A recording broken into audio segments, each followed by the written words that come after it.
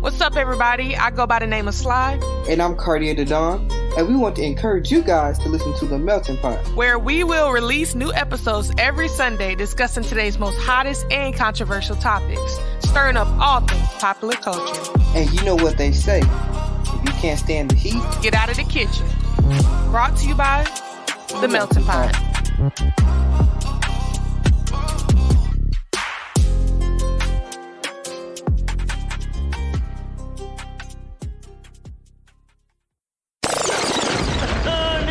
Why the Melting Pot think they all that though? Here we go. Okay.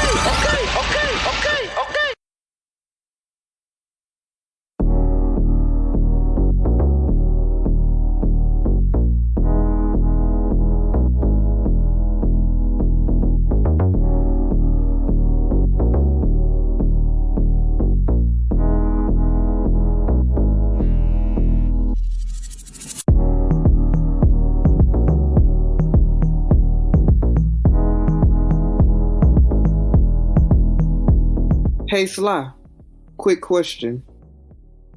Go ahead, Cartier. Who's your favorite artist? Queen Naija, Beyonce, same person. Because I've seen that movie. You ain't finna get me. Okay. Cause you only had one time to answer. Yeah, so I had to I didn't know if it was a trick question or not, so I had to slide both in there. But they the same person, even though they want to act like it's not. But if you guys don't know what we're talking about Amazon Prime's newest show they released called Swarm. So Donald Glover, aka Childish Gambino, is the creator of the show. And I overall loved it. It was quite captivating. I was on the edge of my seat the entire time. It has a lot of WTF moments. A few comedic punchlines thrown into there, and the acting was phenomenal. And it was a lot of famous people slid into there, just cameos and guest appearances. And I love when movies and TV shows do that. Because also when you see people or familiar faces or people that you like, it just helps you, get on board with the show overall too. So he knew what he was doing. But yeah, the acting was phenomenal. And it was just a crazy ride. We really had to dive deep into this and dissect it. I told Cartier about this show because I binged it in a day. It's a quick binge. What was it, 7 episodes? I binged in a day too. I mean, it was it didn't take no time. I'm not about to wait. I had to keep. It just kept going. Why not? They were real quick episodes. Yeah, that's what I'm saying. It's quick. It just because it just felt like it was watching me at one point. I'm just wow. And it's I feel like the pacing and the dynamic of the show was, something that we had to mention because, I don't think there was ever really any slow moments. You know what I'm saying? It was always something going on. And also, it took a different, point of view. And what was that, about episode 5 or 6? I think 6 or something, where you kind of hold on, is this based on a real person? Because, we got to be on the lookout because, we live in a world and it's crazy and there's people doing crazy stuff every day. Somebody's probably doing something outrageous right now as we speak. And it's just we need to be on our P's and Q's. So I need to know, shawty real, based off some real events. But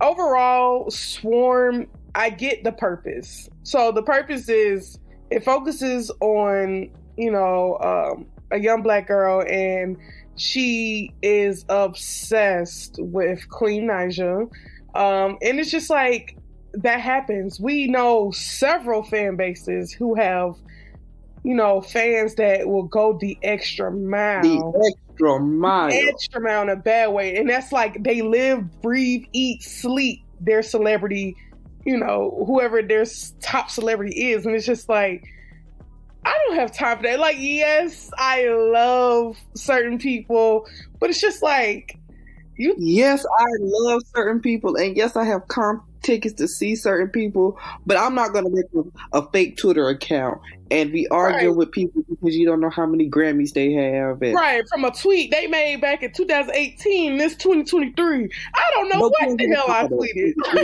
Oh, I said that? Damn, that was a good one. I'm like, how many retweets I got? Shit. Like, you know, it's like, don't nobody, like, she was just so over the top. And it's just like, I really know kind of, well, I don't know anybody, let me not say it like that. I don't know people who were just like, oh, I'm gonna kill for, you know, this person, that person. But it's just like, I know some people who live, eat, and breathe their fandom. And like, they'll argue with different people in their fandom, like Swifties, you know, the BTS people, they're really out there. The Barbs, you know, Beehives, you know, all, like, you know, there's so many fandoms out there. And I just think that this show did a good job exploiting all of that and showing what, you know, when you're pushed and, you know, you take all those feelings and what happens when somebody's put to their limits. You can see that. Like, not to mention, she was already kind of off. So we're going to dive into it. We're going to dive into that. Let's get into the phenomenal cast and cameos. You had Dominique Fishback, who played Dre, Chloe Bailey, who played Marissa, Noreen Brown, who played Nyjah, even though we barely seen Nyjah space like that. Right, you really didn't, but... Then you had Heather Sims, who played Officer Loretta Green. The reason I'm mentioning her because she was one of my favorites. Paris Jackson was in it. She played Haley. Paris was a trip on her own. We definitely got to get into that. Billie Eilish was in there. She played Eva. Billy Bill. Leon played Harris. Cree Summer was in there. Oh, wow. Don't forget about my man, Damson Idris. Yes. Damson Idris. And Idris was in there. Played Khalid.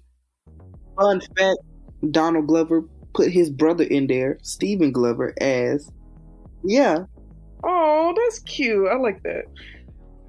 And we cannot forget about Ricky Thompson. Ricky was a trip. He was like, something feels Okay, so I was looking at a video of the main character, the leading lady. She was like, she was asked if this was based off of Beyonce and, you know, the Beehive fandom. And then she was just like, no, she did that general message. And I don't know, maybe she was doing it to cover her ass. But I mean, I feel like in a sense, yes, this is about all fandoms and all you know, extreme. But they chose one for the center of the show. But essentially, all these fan bases are cuckoo for Cocoa Puffs, and they would go to the ends of the earth, especially those Barbie people. Like, you can't say nothing about Nicki Minaj. Like, they don't care that Nicki Minaj don't have a Grammy because Grammys don't matter. But let Nicki Minaj catch a Grammy. Oh, it's on the popping. But so it's not. So the show is about the Beehive as the aesthetic of the show, but it's essentially for all the fan bases. Right. Because, boom, you're starting off, literally, the opening credit is Houston.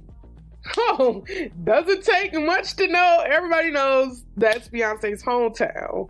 Like, so, okay, Houston. And if you didn't catch it then, man, okay, it's just based in Houston. But literally,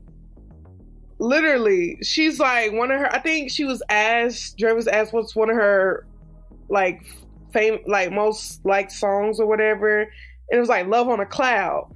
Obviously that translate into Love on Top, you know, which is that the one that you really want to play? Like another crazy in something song.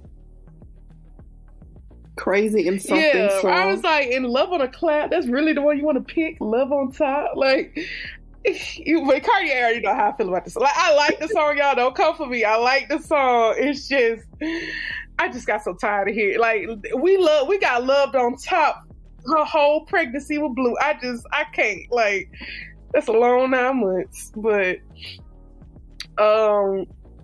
so hold on. Let's get into Nyjah. I told you who Nigel was, but I don't think y'all know who Nigel is. So Nigel was played by Noreen S. Brown, who danced in Beyonce's Coachella performance. Oh, swear. Yeah, not coincidental. Actually, fire how they did that. Not. Right, she danced in Beyonce's Coachella performance. Also, Nyjah made a surprise drop announcement of having twins. Who else made a surprise? Who else also made a surprise drop announcement of having twins? Beyonce. Exactly. Twins, come on now. Okay, remember when Dre did the talent show when she was younger and she was singing and shit like that? And, you know, obviously that, you know, that's Beyonce when she was on Star Search. Which, you know, that led her getting the exposure she needed, you know, for, you know, to make Destiny Child who they were, basically, right? So I think on the show they called it like Star Seek or something.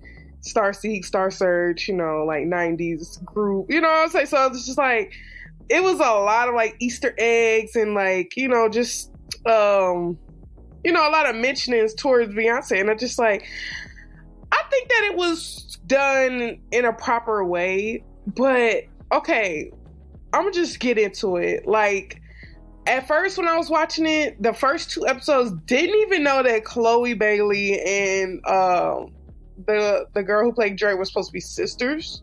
But I like how they played with that, because I don't think it was supposed to be like apparent in the beginning, but like, yeah, they were. And then it has you, once you come to the terms, okay, they're sisters, or they have, because something still don't seem, you know, right about it. And it's just like, okay, as we see later down the road, that, okay, she was adopted, and then they gave her ass back because the girl was cuckoo for Cocoa Puffs.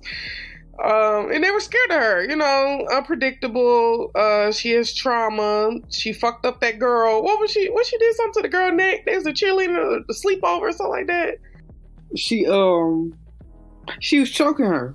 Yeah, she choked the girl, and that girl was funny. When she did a little interview with the little First 48 type interview, that shit was funny to me. But I be laughing at stuff that's not necessarily supposed to be funny. But she was just trying to be so. It was like the white, polite way of saying it. Like, I'm sure she's a good person, but I don't fuck with her. Like, it's just, you know, she was on TV, so she had to keep it clean, keep it classy.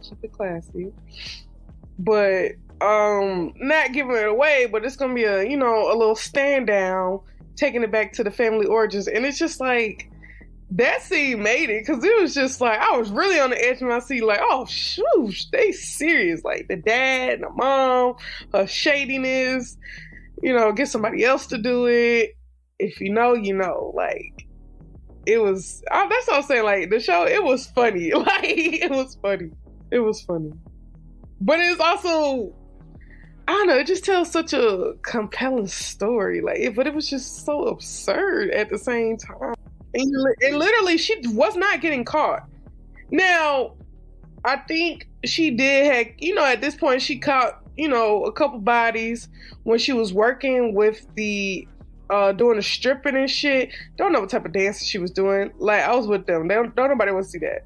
But, you know, she was doing her thing. Not well, but doing it. And I just feel like she kind of was, you know, need to change up that identity. So when she did that big identity, you know, switcheroo, that caught me all the way off guard. And I'm just like, where is this coming from? Like, I feel like that was kind of random. That's only, but I mean, in a sense, if you're on a run, and at this point, she had went from this state to this state to this state, you know, she just on the whole murderer spree, coast to coast. So, I mean, when you do that, it makes sense to change up your appearance. So, coast to coast. She went from Tennessee to Oregon to California, all based on what people tweeted.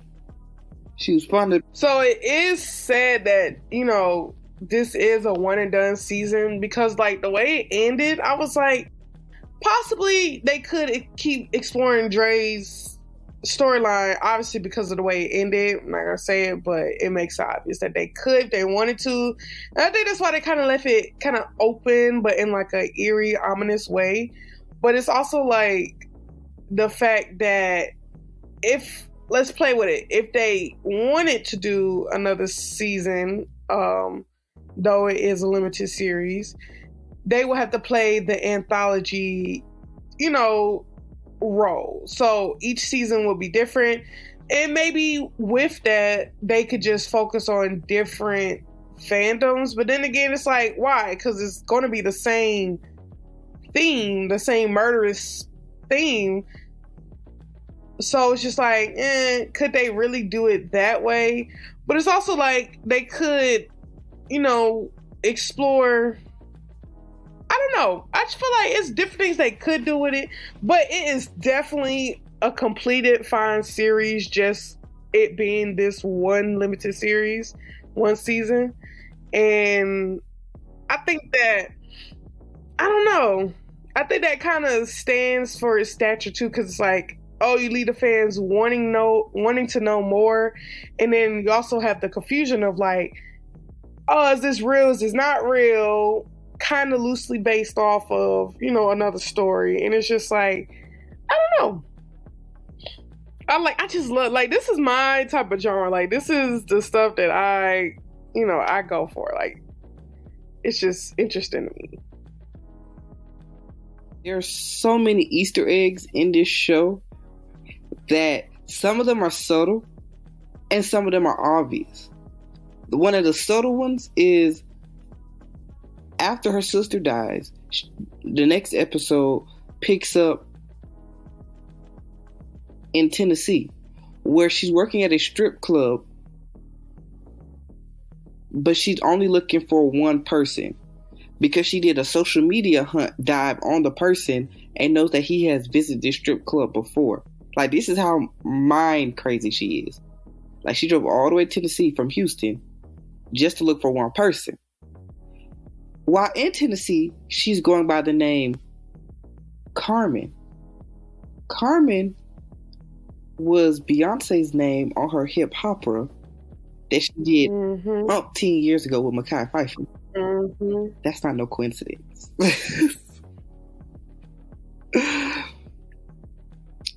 That's not no coincidence. So anyway, let's talk about this scene, this episode in particular. So she's looking for this guy who made a tweet and was like, basically, if Nyjah died tomorrow, he wouldn't miss her. That just sends her for a loop-de-loop. So she's at the strip club. They said, you won't break my soul, but she will break your legs. Keep playing with her. Everybody's trying to be her friend, but she really ain't interested in being nobody's friend. Like, she's on a mission. Like, when I tell you, she is like, if you talk to her, she gives you short answers, one-word answers. She does not care what you're talking about. One night, the strippers were kind of like mean to her because like she sucked at dancing because she wasn't a stripper. Like, she was a bad dancer. But one night, the strippers asked her did she wanted to make some money. She was like, yeah. So they was like, cool, we need you to be a driver because basically somebody else was supposed to drive and they didn't show. So the strippers got in the car. They was talking about the prices that they were going to negotiate for the night. It was $1,000 to hit. Whoop-de-whoop-de-whoop. She was in a private room while the dancers did what they was going to do. And basically she got $1,000 because this one dude just wanted to jay off on her. She collected $1,000 and kept it going. So they ended up, the car ended up breaking down and the tow truck ended up coming, and it was actually the man who she was looking for. Great. So the man was trying to hit on all the ladies like, well, I can fix this back in my place, blah, blah, blah. The girls were kind of hesitant about it, but she was like, no, we can go back to your place. So he was like, well, all right. Jacked up the car, drove it to his house, not even 2 seconds in this man's house, Dre goes, "Who's your favorite artist?" And so he's kind of looking like, you know what I'm saying? So of course, he didn't say Naija. So he was like, "Well, how many?" She was like, "How many Grammys does so and so have?" Because Naija have 26, and now everybody's looking like, ugh, it's so awkward. It's awkward. Make the long story short, he fixes the car. The girl's about to leave, but her brain is like, you can see her brain ticking. Like, she's not gonna leave this man's house until she get rid of him. So she was like, "I gotta use the bathroom." One thing about Dre, everybody that she killed, she finna find her a sharp object, a heavy object. Everybody in the house always had a heavy object just laying around. So she walked in, pick up a skillet, pepper sprays the shower because it was running. The bed wasn't even in the shower. So then he come around the corner, he like, "What you doing?" So then she tried to hit him upside the head with the skillet. He a big ass trucker sized dude. And her little empty self, she was still gonna do it though. She was determined. She was doing it for the love of Naija. So he overpowered her. He was basically about to kill her. He really was. Like, really, in that moment, he was about to kill her. Like, he was choking on the floor because she pepper sprayed the shower and she was hitting him upside the head with a skillet. So the stripper girls came in, and now they all on top of him. Bow, bow, bow. They beat him. Next thing you know, you hear a boom. One of the girls shot him. And so now they like, "Oh shit, what we gonna do? What we gonna do? What we gonna do? What we gonna do?" So they was like, "Okay, well, let's clean it up. Let's clean it up." Mind you, they're in the bathroom. So Dre goes, "I think I'm about to be sick. She runs out the room. The girl's is in the bathroom. Next thing you know, that girl pulled the freak off on them folks. Like, she straight up got in that car and drove off. Bro, I couldn't even finish it. She was out. Dre was out. Like, she did them like they save your life in the bathroom. Cause it was finna be lights out for you, Dre. And you go do them like that. Like, you do them that, like, you gonna do them like that. Like, that was so messed up. But that's just Dre. That's just Dre. Dre, she has no loyalty to nobody. And it's really 3 things about Dre. Team Naija for life till she die. She gonna find a heavy object when approaching her victims. And Go find one. Definitely smack down on some food after. That girl be eating. Like, that girl be eating. I mean, think about it. After she killed Khalid, went to that whole pantry, fucked food, like, and took it on the road with her. Like, nah, at Khalid's house, she had that pop in the refrigerator. The pantry was that rich man. Yeah. Took the whole, and I was looking in that picture. I'm like, yeah, I would take that. And so I was over there like, oh, he got crown. He got hypnotic. She That's what I'm saying. I was looking at that too. I said, that crown just standing. I was like, you don't want that. Right. Well, he had a whole bar. Yeah, I'll take 2 of those. 1 of those. The episode that also stood out to me, as we mentioned Billie Eilish earlier, is the hypnosis episode where Dre is going to try and see Naija at the Bonnaroo Festival held in Tennessee, and she runs into this girl who helps allure the cop away from her, who was harassing her or whatever, and invites her to this concubine house in the middle of nowhere in the Tennessee backwoods. And she ends up staying with these hippie cult type people. They was cool though. That was cool. But they just lied to her, not knowing how unhinged she was. And then when they found out how unhinged she was, because when she told Billy told everybody else, and they still accepted her. Now that's unconditional love. Whether it's right or wrong, they was gonna keep her secrets. You're my little secret. And that's how we gonna keep it. But they lied to Dre about having tickets and having these backstage passes, and she was gonna get to go see her girl, Queen Naija. Ain't none of that happened because they was doing a fucking root and bear retreat in the middle of the night, meditating in the woods. And she like, what time is it? And the whole, I kid y'all not, everybody listening, that whole episode, I'm keeping track of the time. Like, I literally was like, okay, it's getting a little dark. And I'm like, they had all these activities. And in the beginning of the episode, it was still light outside. So I'm imagining it's like 8 o'clock in the morning, you know, like festivals don't start till, and you know, Queen Naija, she obviously is going to be a headliner at this Bonnaroo. So I'm just like, yeah, you know, she could afford to be a little late, but it just kept getting dark and later and later. And I'm like, oh, this not about to be good. These bitches lied. You lied. Bonnaroo was supposed to be Beachella, which is why, you know, when she gets there, they say that she misses it, so she watches it from her phone and she's in tears, which is basically like how the whole world reacted to that Beachella performance. It was a great performance, though. Also, there's an interview on the Helen show, which is Ellen. Yeah. Like, even the backdrop, it even looked like Ellen, but okay, it looked like Ellen said. The interview.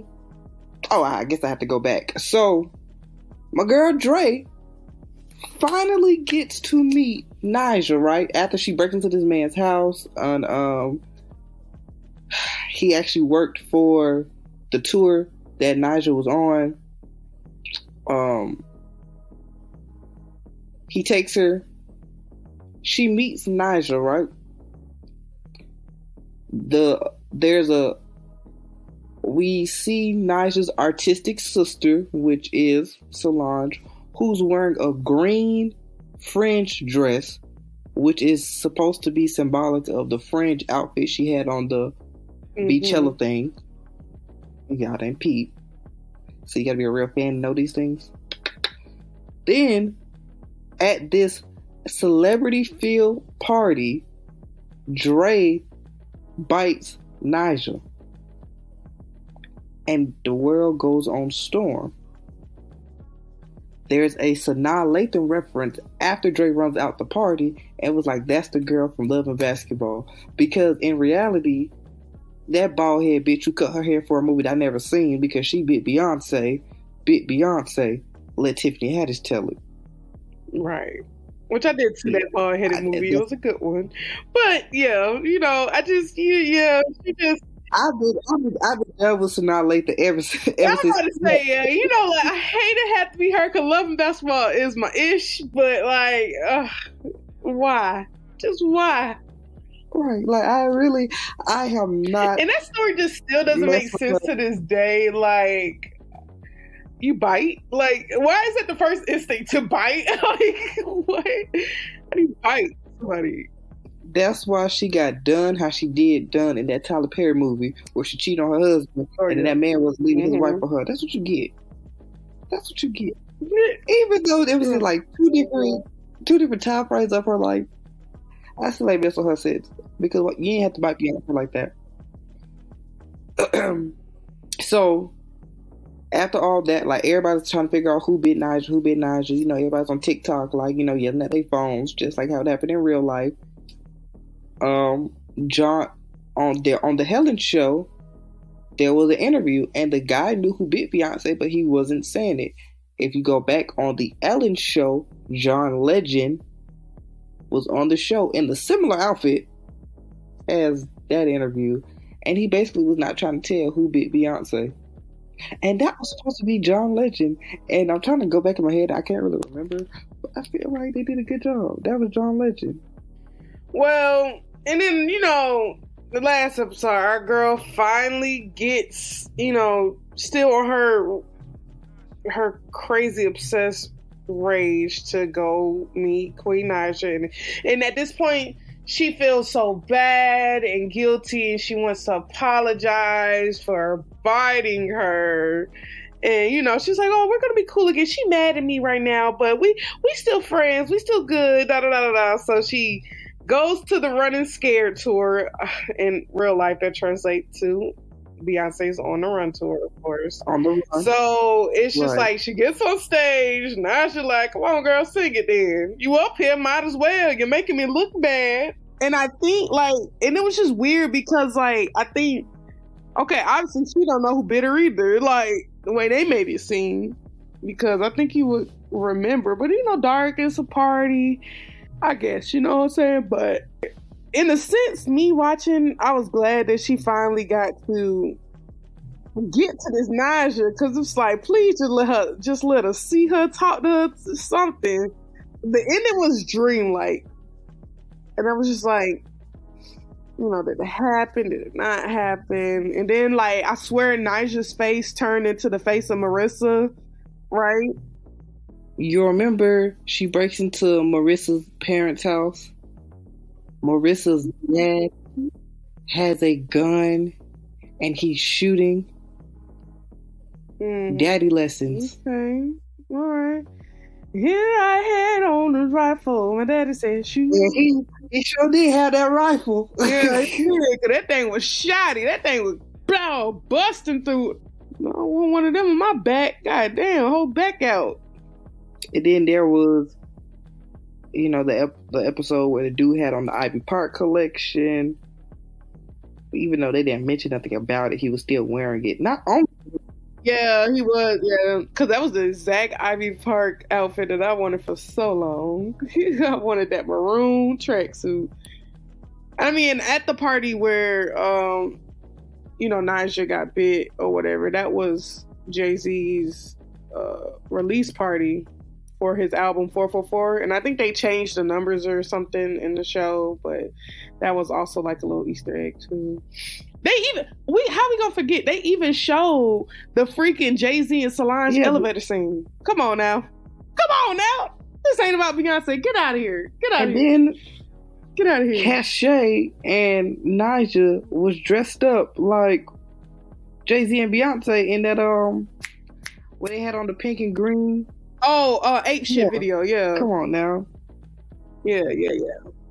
Yeah, like, come on, y'all cute, but we know. Yeah, I mean, but at the end, after Drayden killed all these people from coast to coast, like you said, she did get to meet Naija, and Naija like took her in the limo, and she gave her a hug. And like you said, I definitely thought it was a dream, like a dream, because it was dreamlike, and then the face switched from Naija to Marissa, and I'm just like, Marissa really the root of her problems. If we want to get down to, like, I don't know, it's like between the love and her trying to get, you know, her guilt eating her up because she wasn't there for her sister, well, Chloe or whatever, and between her obsessing over Naija, it was just like, that's all that mattered to her in life. And when you lost two of them, it was no point in living, you know what I'm saying? Not to mention that little girlfriend she had at the end, a little switcheroo. She told you she didn't like her in the beginning when y'all first hung out. And then you had the nerve to get in this little long relationship with her, meet the parents and everything, buy these tickets. You don't got no job. Don't know how you bought them. Bought these tickets. You're living with her, living off her money. She working 2 jobs. That's how she bought them. She opened a credit card. Oh yeah. And then, you know, she's supporting both of y'all. You go and buy these tickets to this person you know she hate. And I get it. This one was supposed to be the one for her. It was supposed to be the one. They was gonna live a happy life. All she had to do was go to the concert. But sis couldn't do that. She had to read her and put her in her place. She had to let her know. And it's okay, because Dre let her know right back. So with that being said, Sushess, I encourage y'all to call this number 901-582-8002. Again, the number is 901-582-8002. And y'all let us know what happens in the comments. Mm-hmm. And who's your favorite artist? And who's your favorite artist? My name is Sly. I'm Cardi the Dawn. And this has been The Melting Pot Takes the Swarm.